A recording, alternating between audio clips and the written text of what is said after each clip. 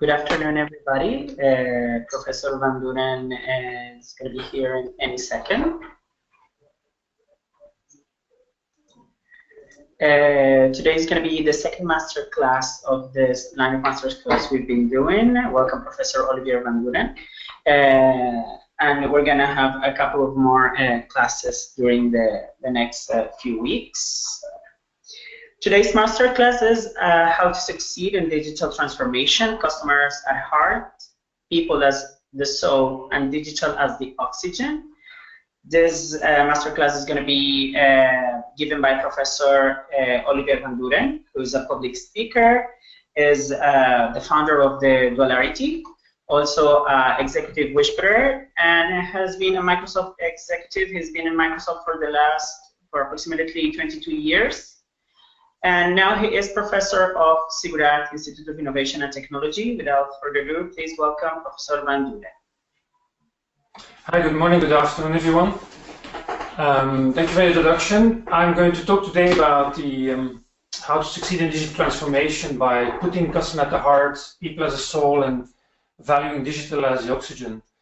I'm pleased to be here talking to you, and as part of the Zigurate program of the Masterclass. This session is more like a kind of a teaser for the module that is going to be developed and is being developed for the master course. So you have a full master program, and this is just one part of it. And the module that I'm going to run has multiple facets, talk about trends and impacts on the future, how you build a future-proof organization, leadership and people, how you succeed in transformation, and what is the implication on human resources, and how do we move from a human resource to human realization.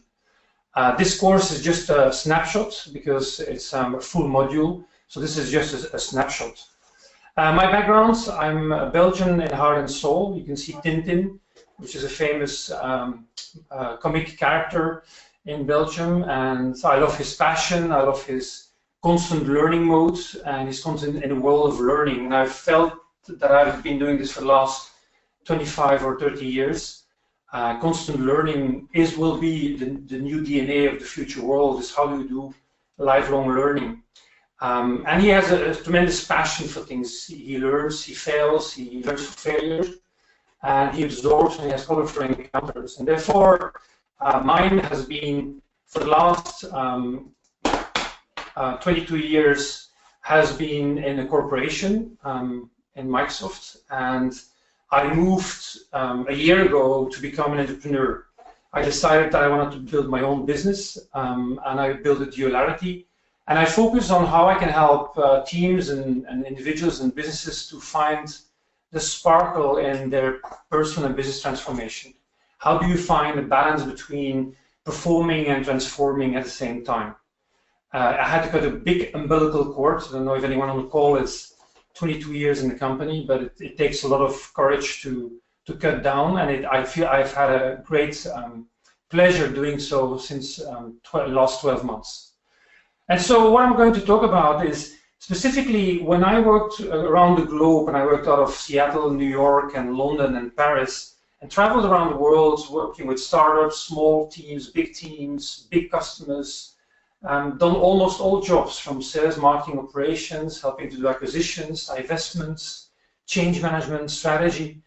I was wondering, why do some people or businesses sparkle? In English, it's the fire in the eye, and in French, it's les yeux qui pétillent.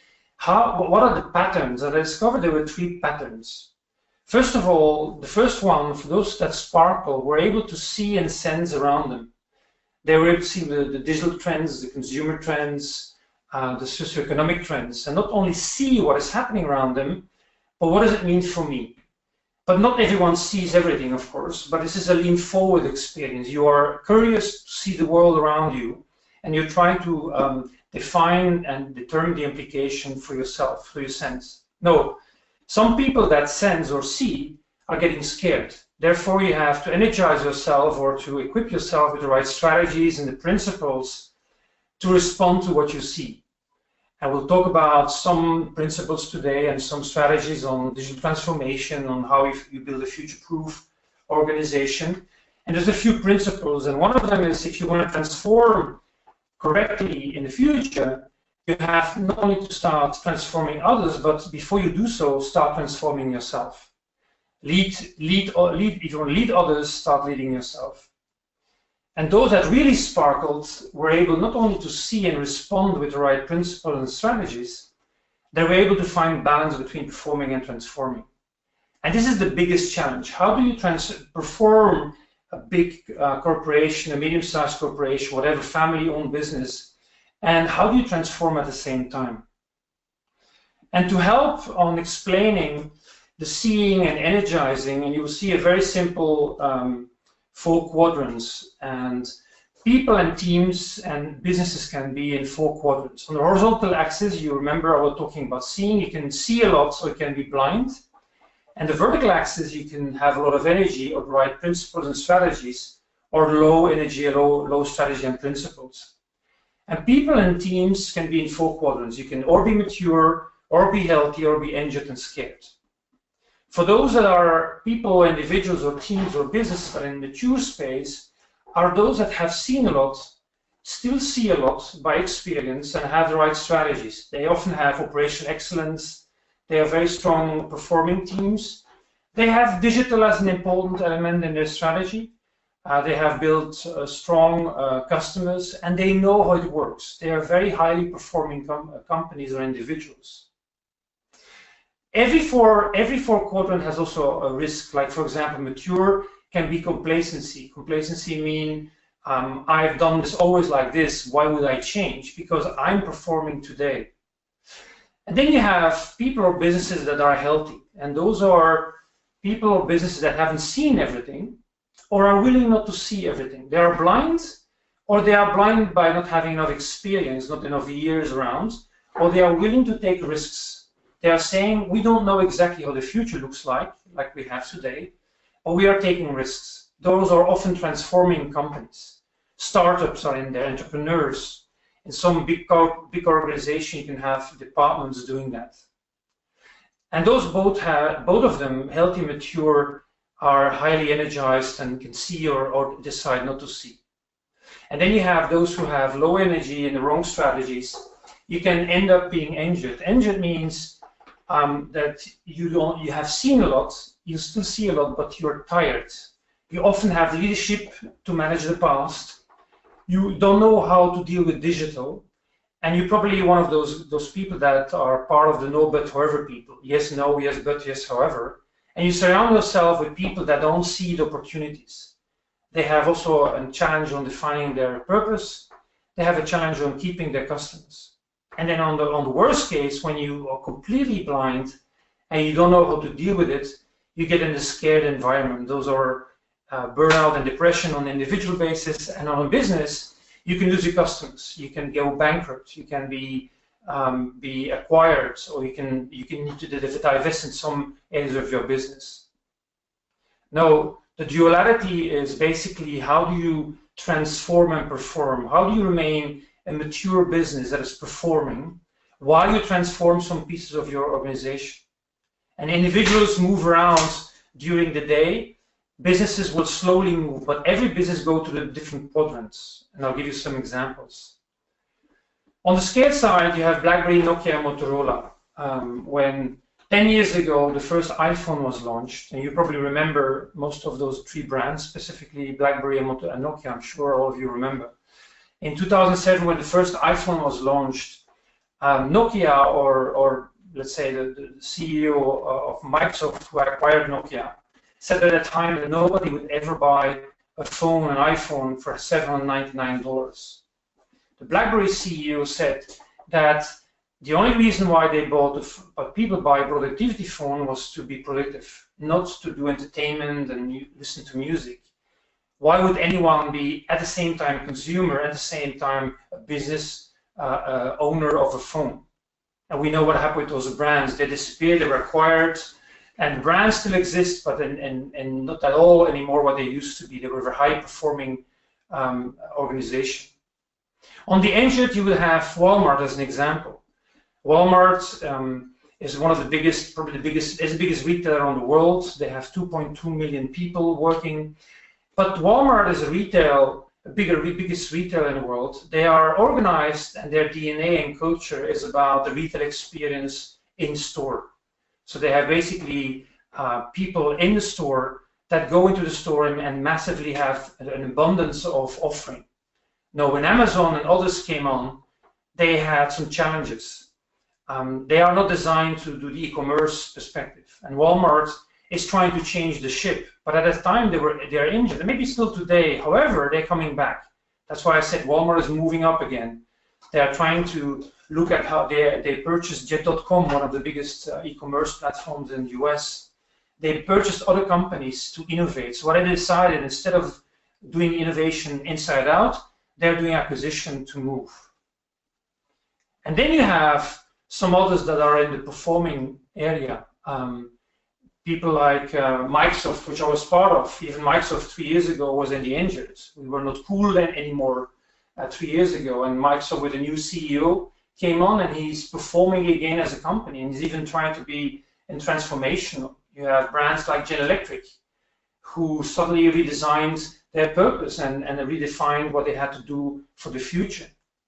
And then you have the other brands that you know of, Amazon and Lego and Tesla, that are very highly transformative.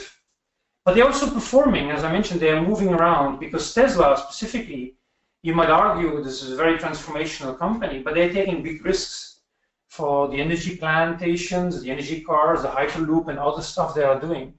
But those brands are transforming at nature. Often they have technology as their core, and they have been transforming.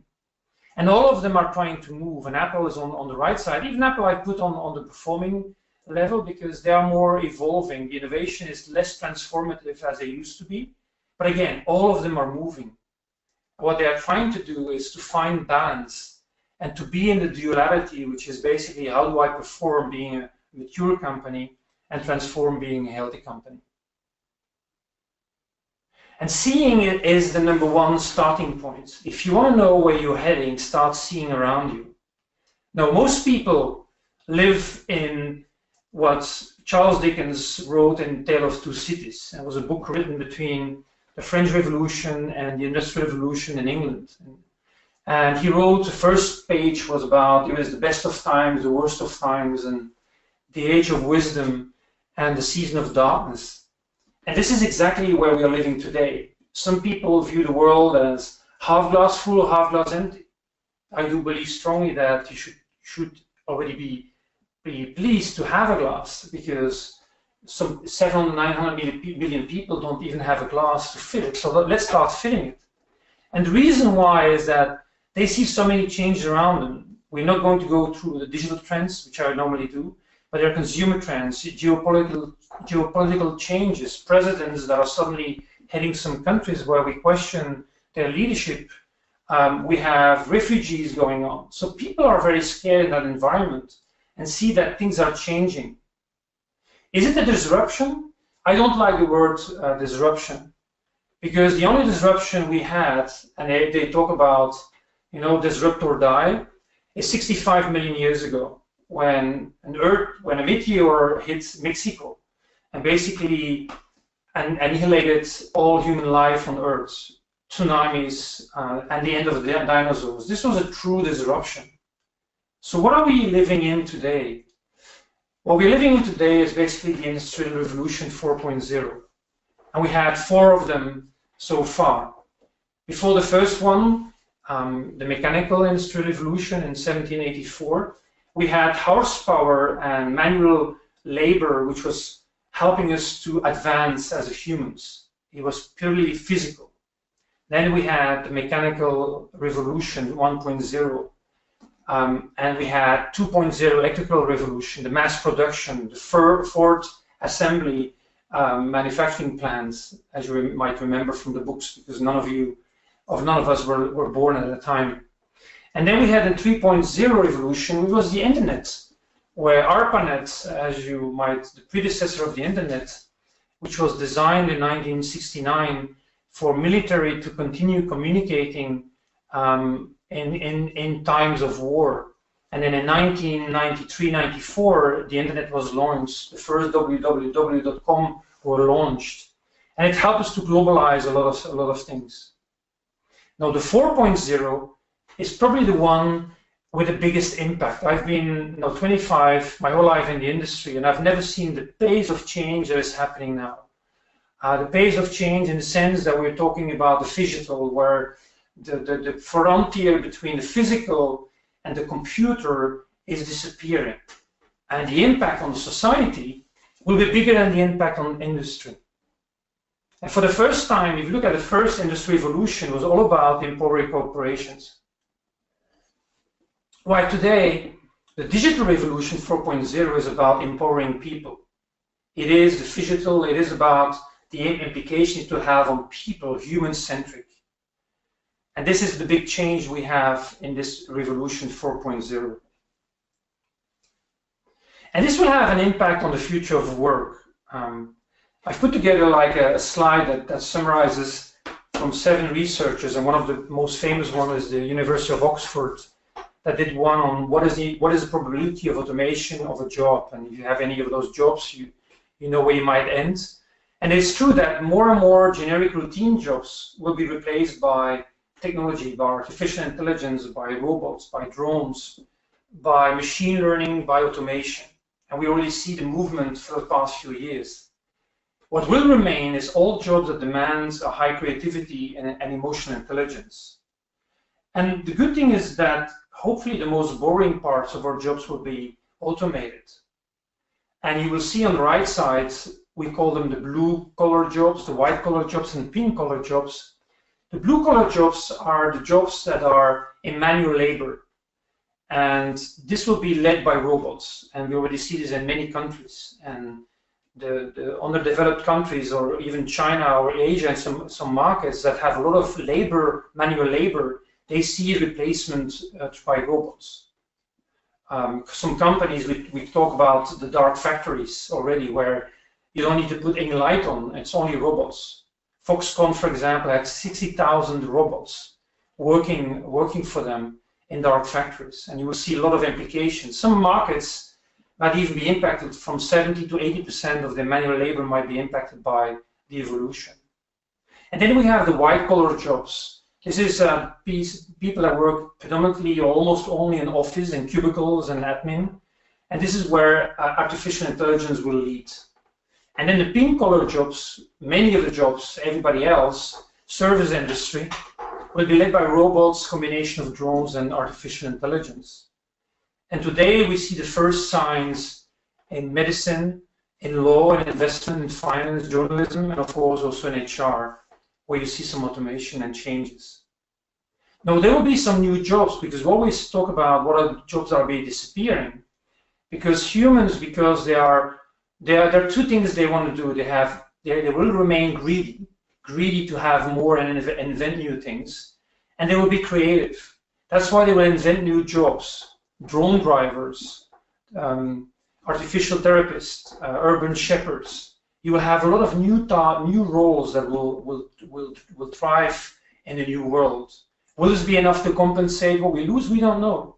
Maybe you will work less, which will be probably for many people solving a problem of highly depression and pressure and stress that people have. But the future of work is definitely going to be impacted. And so, if you look at the context in a very brief summary, which will be explained much more detailed in the module of the master program, it is about finding a balance between performing and transforming.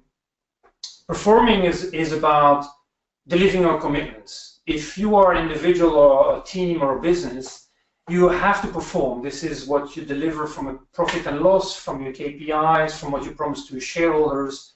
This is being asked of you. This is an obvious thing. If you don't deliver, the disappointment will be high.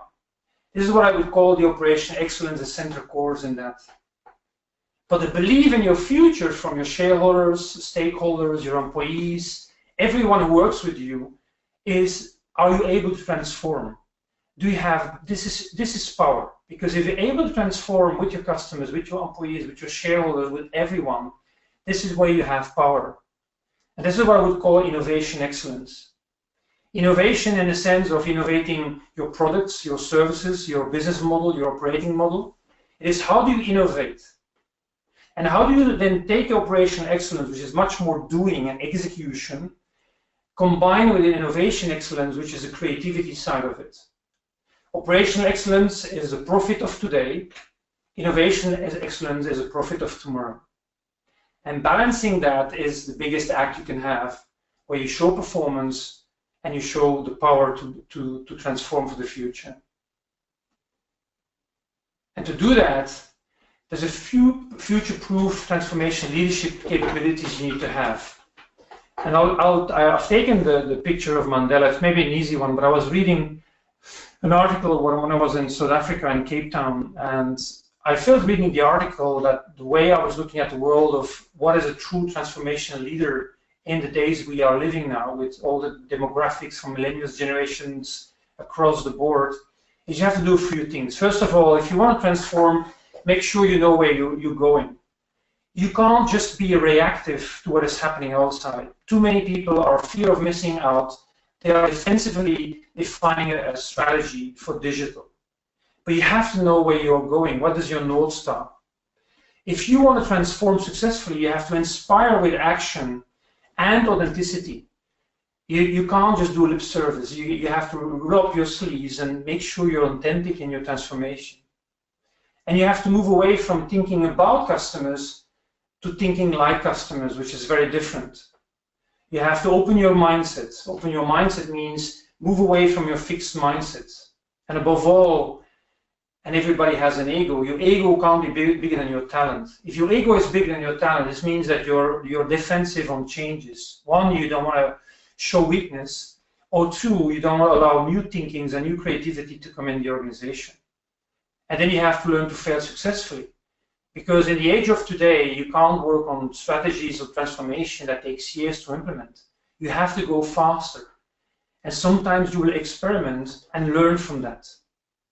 You have to future-proof your organization. You have to do field journalism, which means communicate, because as people don't see what you see, make sure you continuously share with them what you see as a leader, why you're making a transformation, what you're seeing that's happening inside the company and outside the company. And then you have to have a compelling purpose. Why are you doing what you do? Because that's what rallied the troops or the people or everybody is connected with you to move ahead towards your North Star. And then find your coalition of the willing. The coalition of the willing is basically find those people, the yes we can type of mentality, those people that are willing to transform and becomes your ambassador across the organization.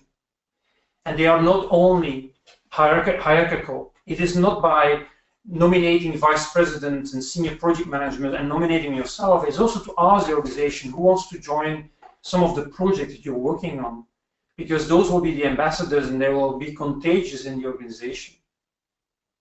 Now, future-proof organizations, there's a different ways of looking at this, and we look at two different extreme versions. One is the startup version of an organization, and then you have the incumbents, the traditional organization.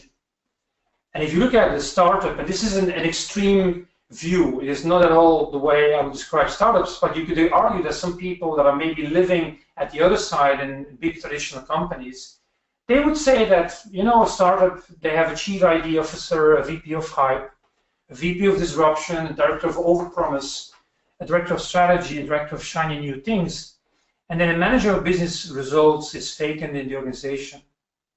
That's what the traditional people that are in performing stage would say of some startups. Extreme version of it. What do incumbents, maybe startups, would say about the bigger companies? In some organization, they have a chief ID killer with a VP of no, a VP stay on course, they have director of analysis paralysis, a director of bureaucracy and rigidity, and then they have a manager of new growth IDs vacant somewhere in the organization.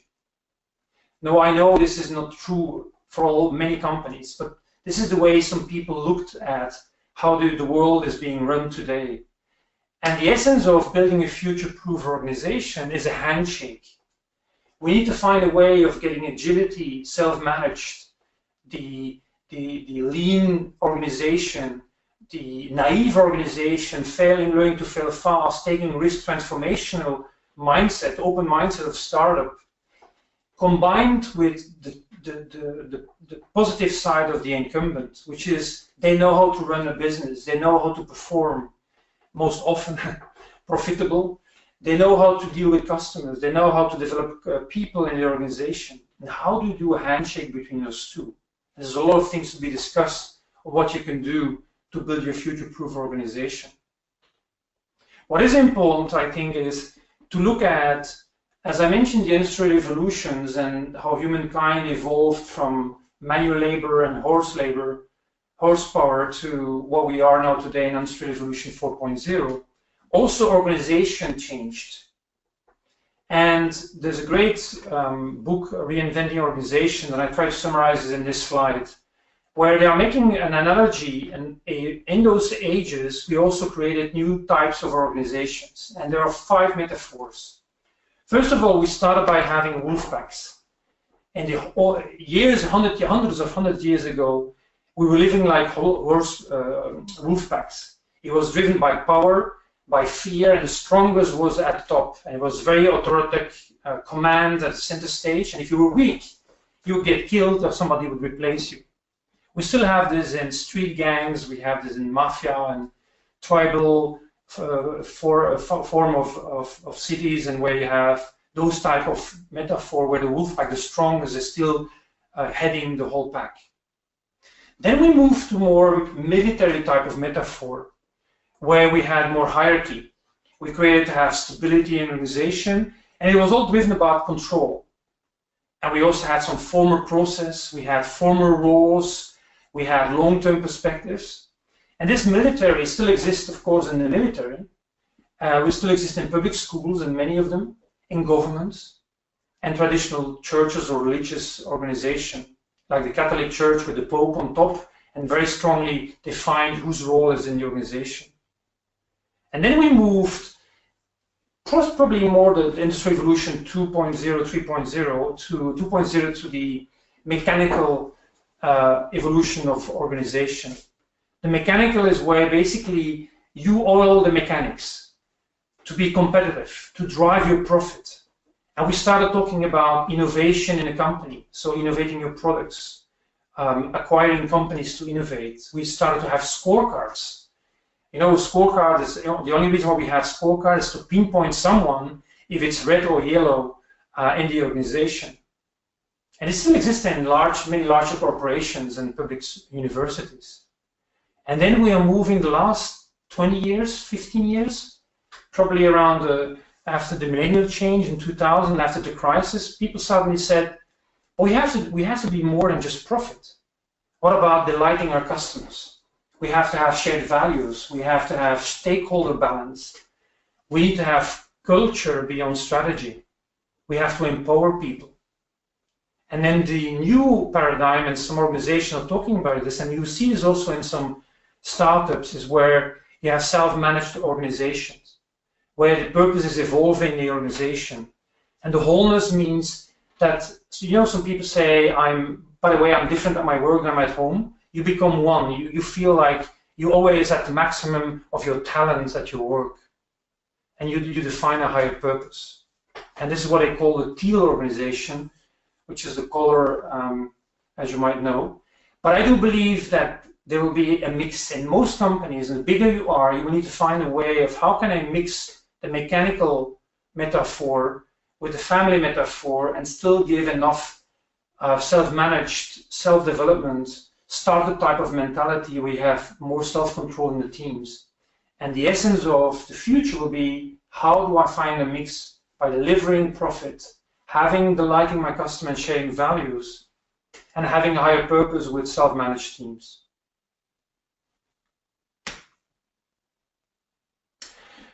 And succeeding in your transformation, if you sum it up, I would call it, I remove the word digital, because is there any transformation that has no digital? And it is not about defining your digital strategy, it is defining your business strategy ready for the digital age. And to do that, I strongly believe you have to have 3 strong pillars. 1, you have to put the customer at the heart, you have to value people as a soul, and you have to drive digital as the oxygen. And those 3 have to be aligned, can only succeed if you know what your company's purpose, your North Star, why you're doing it, and what your ambitions are. Customer at the heart means you think you like customers, not about customers. You define a frictionless experience. What does it take to be frictionless? How do you leverage data and systems of intelligence to serve your customers? You know, if you know so much about me as a customer, why don't you surprise me with a new offering, with a new service? And how do you do that? Creating a fan base, which is more than just being satisfied as a customer. Because if you have satisfied customers, the only thing they say is that they're not dissatisfied. And if your competitor defines a better experience or service, they might run away. So what does it take, you have to ask yourself, to create true fans of my product and my service? So customer experience, the customer at the heart. People as a soul, I think we talked about this. How do you define dynamic hierarchies? How do you have an open mindset? How do you reward transformation versus just short-term performance, where many companies are looking at the sales result, not at transformational results? How do you acquire a DNA that is a mix of startups and the traditional way of looking at organizations? How do you have the right culture? And then digital as the oxygen and the master program, there's a lot of focus on also in this, is how do you then define the right business model and the operational model to create a connected system of intelligence. But those three have to be aligned to a purpose. You have to know why you are doing your transformation. Where are you heading and why? And what is the ambition you have? And maybe I can elaborate a little bit further by taking Lego as an example. We'll talk about more examples in the module as part of the master program. But let me take Lego. Lego in 2004, and probably you all know Lego, in 2004, Vol Knutsdorp, who was appointed as new CEO, Lego had big challenges. They had financial challenges, they had growth challenges. And the new CEO came on, and he didn't start with defining a digital strategy, he didn't start defining a new people strategy or whatever. The first thing he did is, he defined the purpose. And the purpose, he said, is we are about inspiring and developing the builders of tomorrow. It is critical if you want to get the heart and the minds of people with you, and that's the difference between a mission statement and a purpose. A mission statement captures the mind, a purpose captures the mind and touches the heart, because people want to rally for that. And he started defining his ambition, and he started changing things on the floor. For example, if you would fail, some managers or someone would fail in the organization, he would not blame you for failure. He would blame you for failing for asking help, and blame your peers for not giving help. So he would create that team environment that everybody's working for each other, not for their own silos. He would relax the top-down management style, and he would reduce layers. Customer at the heart. He was figuring out, if we have so many fans for a product, why don't we co-create? Why don't we do product creation? And today they have 120,000 volunteers helping them to co-create the customer experience, their new products, from all ages. And a good example is that they just released a couple of months ago the Rolling Stone version and the Beatle version of Lego, because they know there is a big portion of Lego fans out there that are older than 25 or 18 or 6 years old. And it's amazing smart licensing with Star Wars and Harry Potter and others. And then they looked at the digital offline-online platform, and they connected an offline-online world building on the strength of a very strong digital enterprise platform, with VIP platforms, with ticketing services, with acquisition to acquire product, to test products. And in the backbone, the whole supply chain, also looking at sustainability. What is our role in sustainability if you have so many Lego blocks around the world? Today, around, I think, 600 billion parts are somewhere around in many households around the world. And then you can see where they are. They've grown in the time, and I've just shown this the figure. It took of course time. It doesn't happen overnight, but they moved from 2.3 billion in 2010 to almost 5.2 billion in 2015, and they did like 5.8 in 2016. They became the finance world's most powerful brand. And I discovered by doing research, this is just a high-level summary, is that Lego is a better investment than gold. And if you invested in Lego for the past 10 years and you don't touch the box, you put it on the ceiling, it would have a return on investment of 12% every year. But that's a side note. But you see the company purpose, they put those 3 pillars in there and they define the ambition where they want it to go. Because it is a purpose economy. The way I looked at, and there's a saying is called Ikigai, Japanese for reason for being, is if you love what you do and the world needs a piece of it, you're getting paid for it and you're good at it, you will find passion, mission, profession, vocation, you will find your purpose. When I moved from a big corporation to become an entrepreneur, I figured out what is the things that I love. And it's the same when you do this for a company. The same happened, I don't know if you remember the purpose of Apple. When Steve Jobs started, he said, I want to make a contribution to the world by making tools for the mind that advance humankind. Remember when the first the iPod was launched with 500 songs on it? It was food for the brain. Just listening to that music, suddenly having 500 songs available for you. The same thing in the United States. If you look at the purpose, I mean, you look at Obama, he had a strong purpose, it was about yes, we can. Trump had, and we might argue about Trump and what he is as a leader, but Trump said, make America great again. He spoke as a purpose and addressed some people in the audience to go for it. Unfortunately, Hillary Clinton didn't have a great purpose. He was more saying, vote for me, I'll be the first female president. Vote for me because I'm the most experienced politician around in the United States that can do the role. Tomorrowland, this is a great concert, festival, dance festival, huge festival that has a great purpose, live tomorrow, live today, live, unite forever. And then you would find IKEA, who you know, create a better life, everyday life for people. Uber evolved the way the world moves. Even General Electric, with Jim Immelt on board a couple of years ago, he redefined one of the biggest companies on this planet. And he said, we have to thrive in the next industrial era and to build, move power, and cure the world. Remember, it used to be very much a mission statement. Now it's a mission statement with something that you want to go for. When you wake up, you want to work for that company. When you buy a share, you know that General Electric is helping to cure the world. Of course, by also making money doing it, but they have a bigger cause than just to profit, as you might remember. They have more a bigger purpose in life. So, in a nutshell, a very fast scan, you have to see and sense, and I just gave you some seeing and sensing. You have to respond to that, how you build your future-proof organization, how do you apply transformation and leadership, how do you put customer and people and digital as the oxygen, as the heart or as the soul of the company. And then you can find balance between performing while transforming. A reminder, what I just discussed is just a small piece of the module that will be run in the full master program.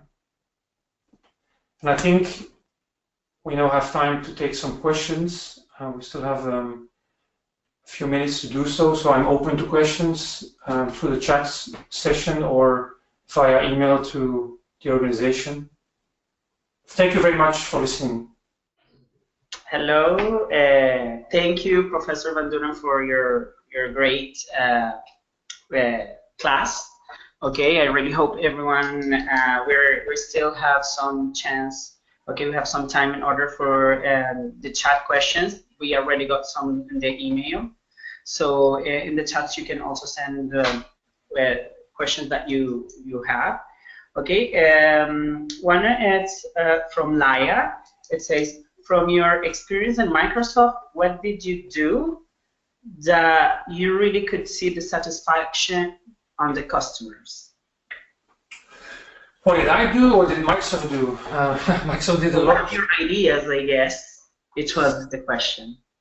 Yeah, I think as I mentioned, so for example, if you become, like Microsoft went through different phases, we went through different phases in the course of a year. And one point, when you start having too much success, admiration for the company starts to become envy to the company.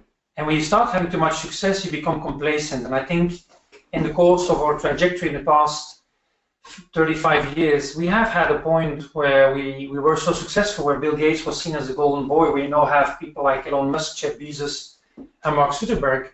And sometimes you forget, you start developing things without having the customer in mind. And I think the company shifted massively on saying, we can't develop products and features because we believe they are the right features. We have to have our customers be involved in the way we design our products. And I think the culture changed to become that, and the new CEO for the past 3 years has also that mindset of opening our mindsets. I think we move from a fixed mindset where when you are too successful at some point, you become having a fixed mindset. You have to open up and learn from others. You have to partner. I think one of the biggest things we've done for the customer in the past 5 years, I think, is to partner. Instead of saying, like, you have the extreme version, like a closed system like Apple, or other systems like Oracle and IBM and SAP.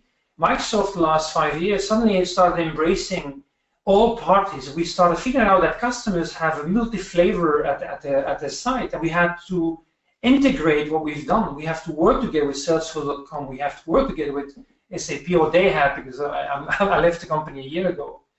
So they signed new partnerships, which made a tremendous shift. And then the purpose, I think, redefining the purpose. What are we?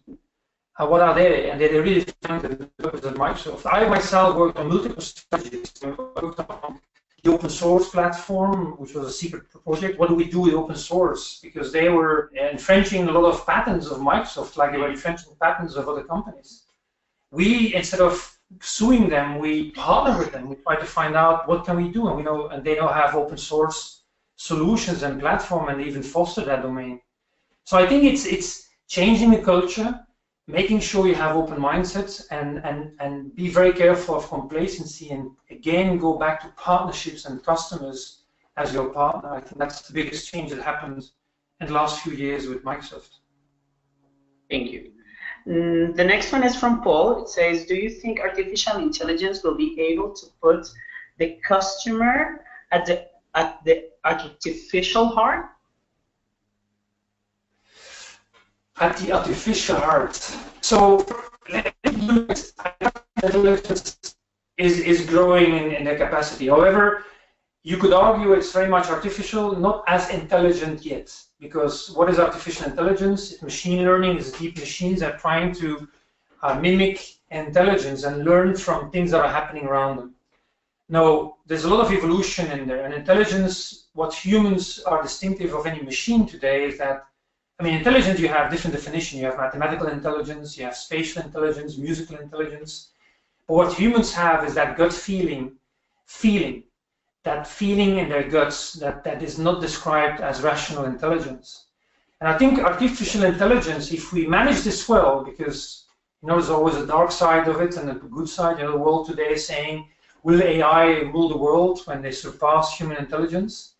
I think artificial intelligence can solve a lot of problems of the world, sustainability problems, problem of poverty, of cancer, a lot of things, but also remove away or automate things, routine jobs, even recruiting. There are technologies now, even chatbots, where you can have the first level of interview being done by artificial intelligence chatbots. It removes a conscious bias, right? So I think there will be, in many industries, in chemical industries, in finance, there will be a lot of function for artificial intelligence. But will they be able to replace humans? I think the best artificial intelligence will be augmented intelligence, which means humans plus AI will be the best AI. And AI defined not as artificial, but as augmenting human intelligence. Does that make sense? Thank you. The next question says, I'm a business strategist from Abu Dhabi Port.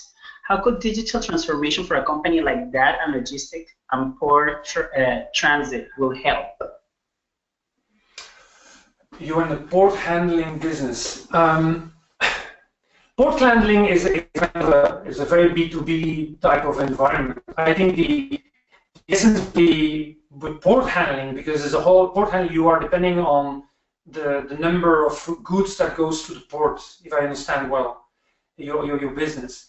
If you do that, you're depending on what is happening with innovation, like 3D printing. I mean, relocation of fabrics, where 3D printing might happen closer to you. The shipping goods might change. The self-driving aspect of things, the self-automated drones that will automate port handling. Your customers might be very different than you used to have, where you had China as a fabric and maybe Asia as a fabric. You might have more closely transportation close by to your port. It is to look at what is your purpose of a port handling, what is the port handling of today, and how do you embrace all the technologies innovation that are happening? Because port handling, so many things you can innovate, automate, but also redefine your business. Is it more than just port handling? Can you also sell it as a service to others? I know there's some port handling businesses looking at even selling their services to competitors as a platform, how you service from a shipping goods to delivery of goods. I think there's so many ways you can do that. Port handling, I think, has been quite steady the past, probably the past, since the last 5 years, a tremendous change you see there, and a lot of competition happening. But if you look at the way urbanization will happen, more people will move to urban cities. Massive migration, if just imagine if some pieces of the world gets more productive because they get access to internet. If they get access to internet, they might start traveling around the world. More people will go to urban cities. What does it mean for port handling? You have to know what the world view, you have to see what is happening. So seeing, I think, will happen. You have to see what the world is going. You have to see how you automate a lot of stuff you can do, and then look at what are your customers and redefine your customers you can have today or tomorrow.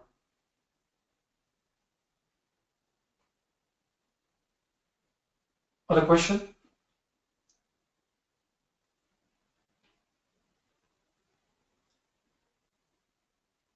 Yeah, thank you for the answer. This question is a bit more generic. The other one's very, very specific. Really, really good question, a really good answer. Thank you very much.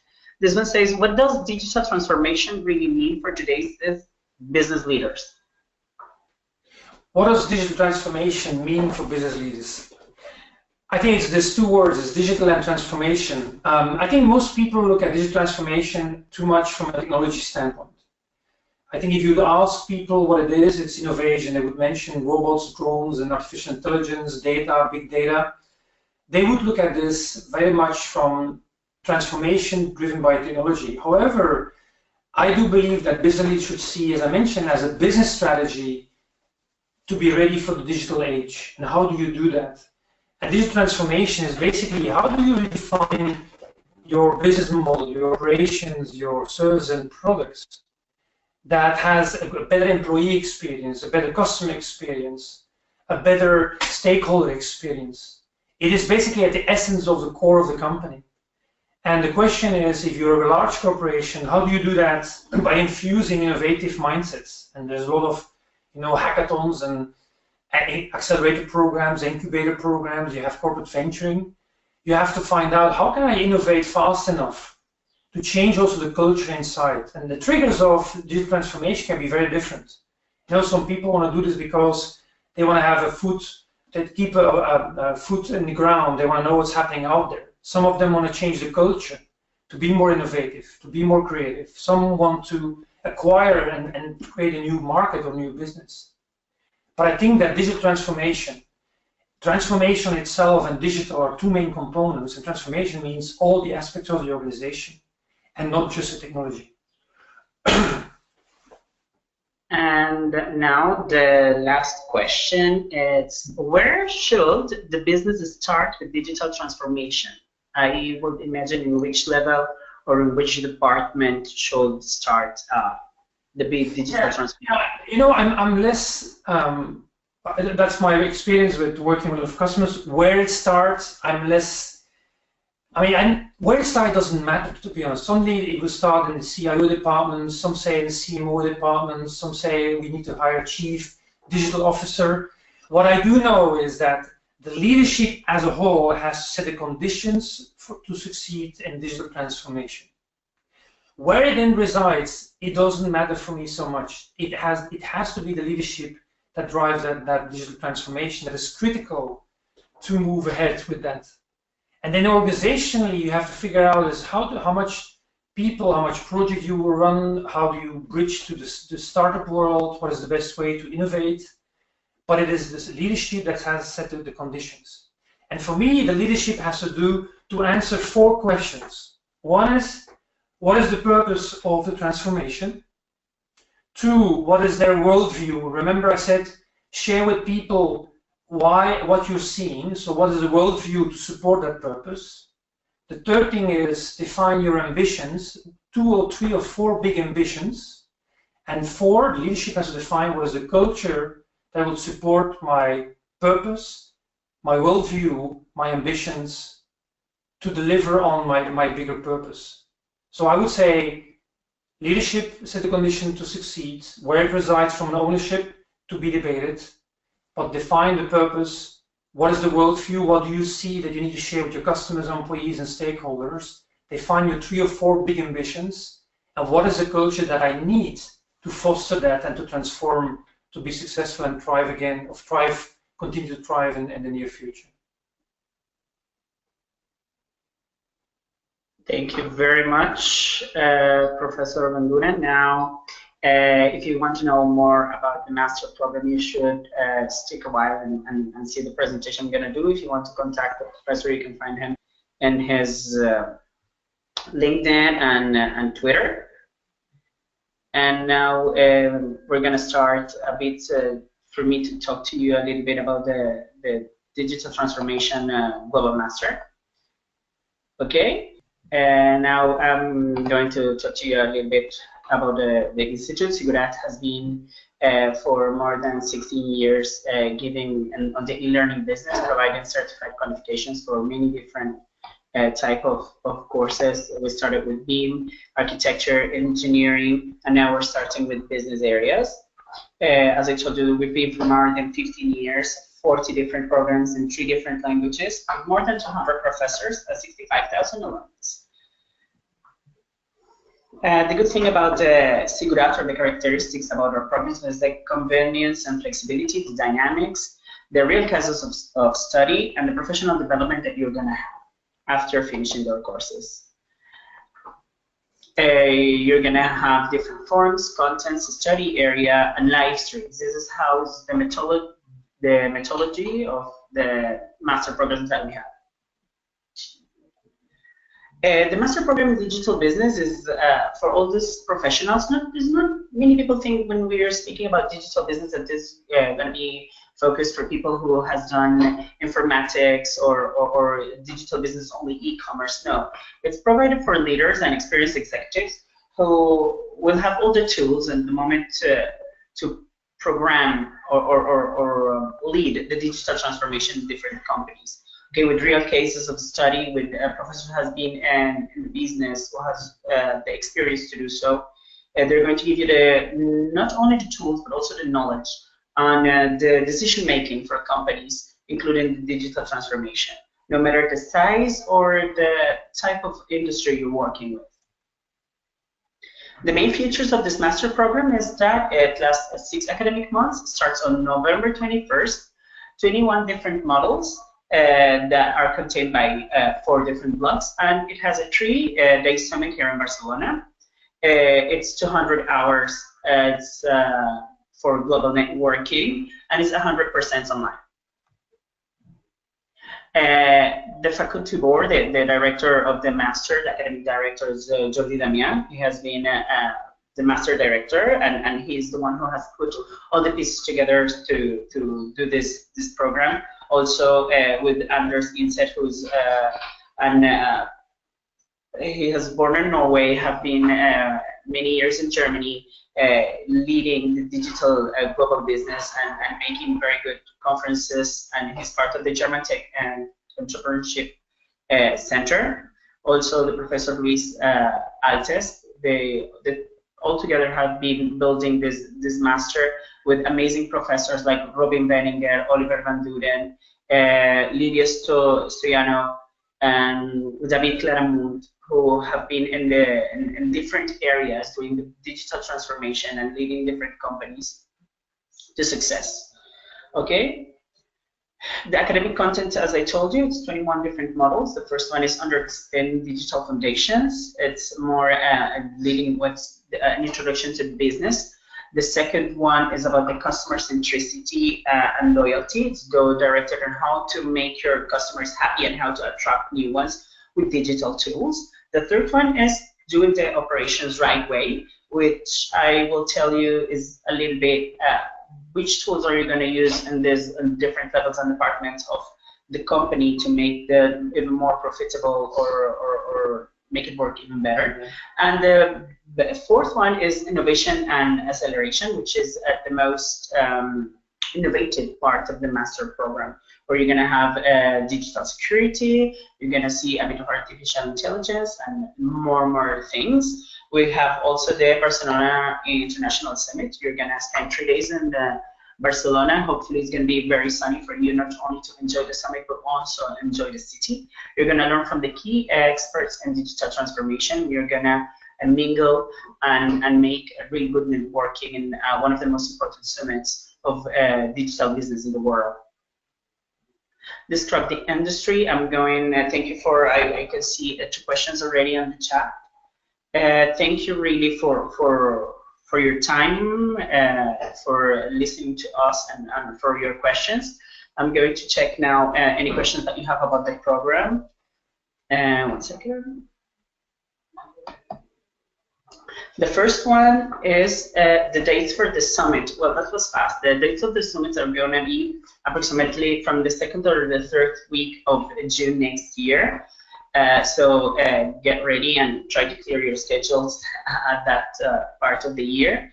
The next one says, which are the other professors? The other professors are in the slides that we're going to send you, but as I told you, we have the Professor Robin Veninger, we have the Professor, obviously, Oliver Van Duren, we have Edward Babulak, who are people who have been in the industry for many years. Many of our professors have worked in IBM as Professor Van Duren, Microsoft, Coca-Cola, Banco Sabadell, which is one of the biggest banks in the whole Spain. And thank you for your questions. I sadly don't have any more questions at the moment to continue. If you want to know more about the program, to know how to enroll yourself or get to know a little bit more information, you can send us an email at digital@e/zigurate.com or in the website ezigurate.com/digital. You're going to find more information about all the programs. And thank you, really, Professor Edward Van Duren, Oliver Van Duren. So it's so many professors at the moment. Thank you really for your help and for this masterclass. Thank you for the questions and giving us a little bit more of time. Goodbye and have a good day, everyone.